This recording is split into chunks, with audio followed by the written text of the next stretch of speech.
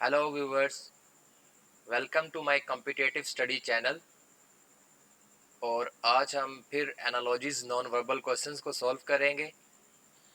तो बिना time waste किए हम क्वेश्चंस को शुरू करते हैं। हमारा सबसे पहला क्वेश्चन, क्वेश्चन नंबर 15, ये वाला बनेगा जैसा कि आप वीडियो में देख रहे हैं। तो सबसे पहले आपको बता दूं, ये एनालॉजीज क्वेश्चन है, यानी कि तशबीह देना। यानी ये वाली पिक्चर आगे जाके इस तरह बन जाएगी। सॉरी, ये वाली पिक्चर आगे जाके इस तरह की हो जाएगी। तो ये वाली पिक्चर आगे जाके कैसी बनेगी? तो चलें देखते हैं क्वेश्चंस को।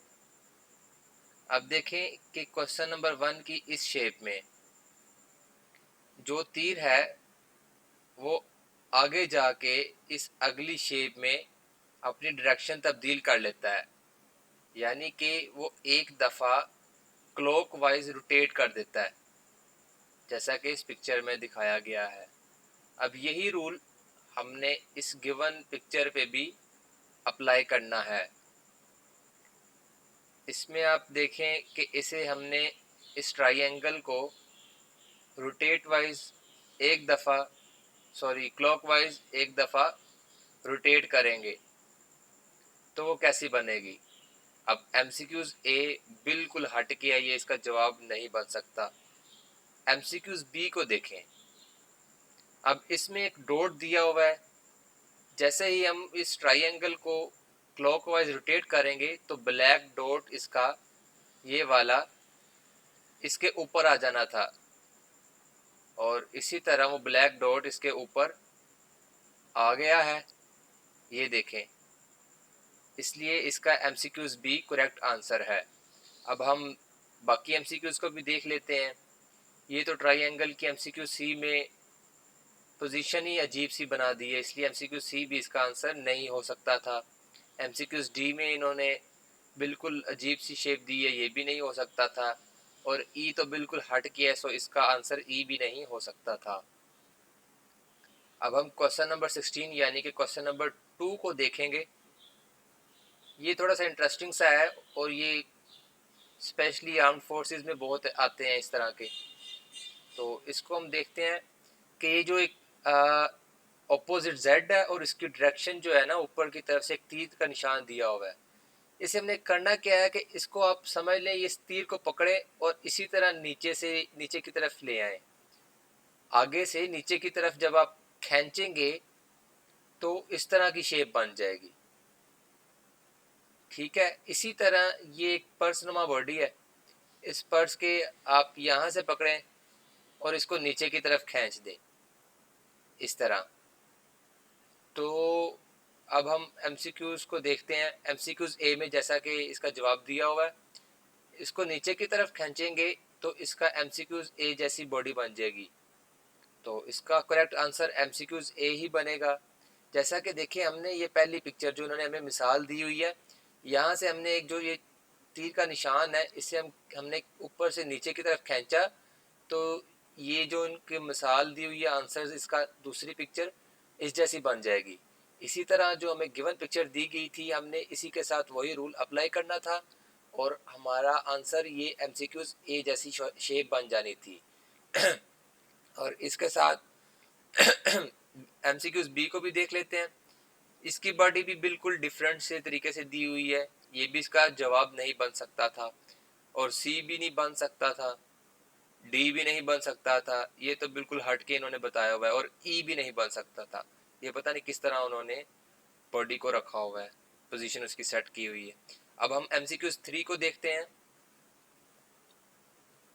जो कि ये 17 वाला था।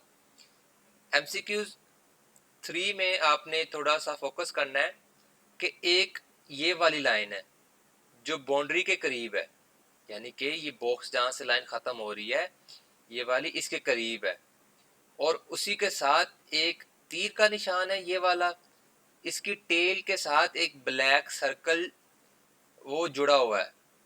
ठीक है, अब अगली पिक्चर में यानी कि इस पिक्चर में इस पिक्चर में होता क्या है कि ये जो ब्लैक सर्कल है वो क्लॉकवाइज घूम के इस तरह सीधा, और जो उसके तीर का निशान होता है वो नीचे की तरफ डायरेक्शन देना शुरू हो जाता है। लेकिन ये जो ब्लैक लाइन थी जिसका मैंने आपको बताया था कि बाउंड्री के करीब है, ये वाली, ये एंटी क्लॉकवाइज घूमती है। अब यही रूल हमने ये गिवन पिक्चर पे भी अप्लाई करना है। किस तरह कि ये जो आई है इसको आप समझ लें कि ये बाउंड्री के करीब है, इसको हमने एंटी क्लॉकवाइज रोटेट करना है, और जबकि के जो है इसे हमने क्लॉकवाइज रोटेट करना है। आई को एंटी क्लॉकवाइज रोटेट करेंगे और जो के है उसे हम क्लॉकवाइज रोटेट करेंगे। अब हम एमसीक्यूज की तरफ आते हैं। एमसीक्यूज ए में इन्होंने आई को ही क्लॉकवाइज रोटेट किया हुआ है, तो इसका आंसर ये बन ही नहीं सकता था। और एमसीक्यूज बी को देखें। एमसीक्यूज बी में इन्होंने बिल्कुल ये देखें, आई को इन्होंने एंटी क्लॉकवाइज रोटेट किया हुआ है और जबकि के को इन्होंने क्लॉकवाइज रोटेट किया है, इसलिए एमसीक्यूज बी इसका करेक्ट आंसर है। अब हम बाकी एमसीक्यूज को भी देख लेते हैं। सी में इन्होंने आई को तो कुछ किया नहीं और के की डायरेक्शन भी गलत दी हुई है, इसलिए सी इसका आंसर नहीं हो सकता था। डी एमसीक्यूज देख लेते हैं। डी में आई को तो इन्होंने एंटी क्लॉकवाइज रोटेट किया है, लेकिन जो के की डायरेक्शन है वो बिल्कुल डिफरेंट दे दी है, इसलिए ये भी इसका आंसर नहीं हो सकता। यहाँ पे इन्होंने आई और के की पोजीशन ही चेंज कर दी है, सो इसका आंसर ये भी नहीं हो सकता था। अब हम एमसीक्यूज क्वेश्चन नंबर 4 को देखते हैं, जो कि ये 18 वाला था। इसमें क्या है, ये भी थोड़ा सा डिफरेंट है और मुश्किल सा है। इसमें हमने ये देखें, एक एल नुमा शेप है जिसका नीचे वाला हिस्सा ब्लैक है और उसके साथ डॉट लगा हुआ है। करना क्या है कि हमने अगली शेप में, यानी कि रूल देखना है कौन सा इन्होंने अप्लाई किया है, कि अगली शेप में उन्होंने एक ऊपर की जानिब से फिर से ब्लैक लाइन लगा दी है और ये जो डॉट है ना वो आगे ऊपर वाली ब्लैक लाइन के साथ जुड़ जाएगा, जैसा कि इस शेप में आप देख सकते हैं। इसी तरह हमने ये जो गिवन पिक्चर है, गिवन शेप है, गिवन बॉडी है, इसमें भी हमने यही रूल अप्लाई करना है कि ये जो ब्लैक डॉट है इसकी एक कॉर्नर छोड़नी है। क्यों छोड़नी है, यहाँ पे भी अब देखें, जब अगली पिक्चर में ऐसा हो गया था जैसा कि इस पिक्चर में आप देख सकते हैं, तो इस कॉर्नर पे डॉट नहीं लगा, उससे अगली कॉर्नर की तरफ से डॉट लगा है इधर से। इसी तरह अब ये जो ब्लैक डॉट है वो भी अब आगे से एक कॉर्नर छोड़ेगा और फिर उसके आगे एक ब्लैक लाइन को इजाफी शामिल करेंगे इस तरह, और ब्लैक डॉट उसके साथ आ जाएगा। अब हम एमसीक्यूज की तरफ आते हैं। एमसीक्यूज ए को देखते हैं। तो एमसीक्यूज ए आपको किसी हद तक ठीक लगेगा, क्योंकि देखें ब्लैक डॉट जो था वो इधर था, उन्होंने सिर्फ एक दफ़ा रोटेट किया है और ब्लैक डॉट को ब्लैक लाइन इजाफी शामिल करके उसके साथ लगा दिया एक किस्म का। लेकिन देखें यहाँ पे वो ब्लैक डॉट ये वाला इस पिक्चर में इधर भी तो लगा सकते थे ना, उन्होंने एक कॉर्नर छोड़ दिया और उससे अगली कॉर्नर की तरफ ब्लैक डॉट लगाया है इधर, इसलिए हमने भी यहाँ पे इधर ब्लैक डॉट नहीं लगाना था बल्कि ब्लैक डॉट इधर लगाना था, इधर लगाना था, और ये जो ब्लैक लाइन थी उसको हमने सीधा इस तरह स्टैंड करना था। अब अगली पिक्चर देखते हैं। अगली पिक्चर में उन्होंने ब्लैक डॉट की पोजीशन चेंज ही नहीं की, सो ये भी इसका जवाब नहीं हो सकता था, ए भी इसका जवाब नहीं हो सकता। अब एमसीक्यू सी को देखें। एमसीक्यू सी में उन्होंने ये देखें ब्लैक डॉट है, उसकी डायरेक्शन एक कॉर्नर छोड़ी हुई है, यहाँ पे देखें, यहाँ पे था ना ब्लैक डॉट, उसकी एक कॉर्नर छोड़ के उसे बाहर दूसरी कॉर्नर पे लाए हैं और ब्लैक लाइन स्टैंड कर दिया साथ में। ये बिल्कुल उन्होंने वही रूल अप्लाई किया हुआ है जो कि इन्होंने एक मिसाल में पिक्चर पे किया था। सी इसका करेक्ट आंसर होगा, इसका डी भी नहीं बन सकता। डी तो एक बिल्कुल ऑपोजिट डायरेक्शन दे दी गई है, और एमसीक्यूज ई जो है उसमें भी डायरेक्शन अजीब सी दी हुई है। अब हम क्वेश्चन नंबर 20 यानी कि क्वेश्चन नंबर 5 को देखेंगे। ये भी थोड़ा सा मुश्किल है, आपने फोकस ज़रूर करना है। इसमें है क्या कि दो ब्रीक ब्रीक लाइनें हैं, ये वाली, और ऊपर भी दो ब्रीक ब्रीक लाइनें हैं और नीचे भी दो ब्रीक ब्रीक सी लाइनें हैं, ये वाली।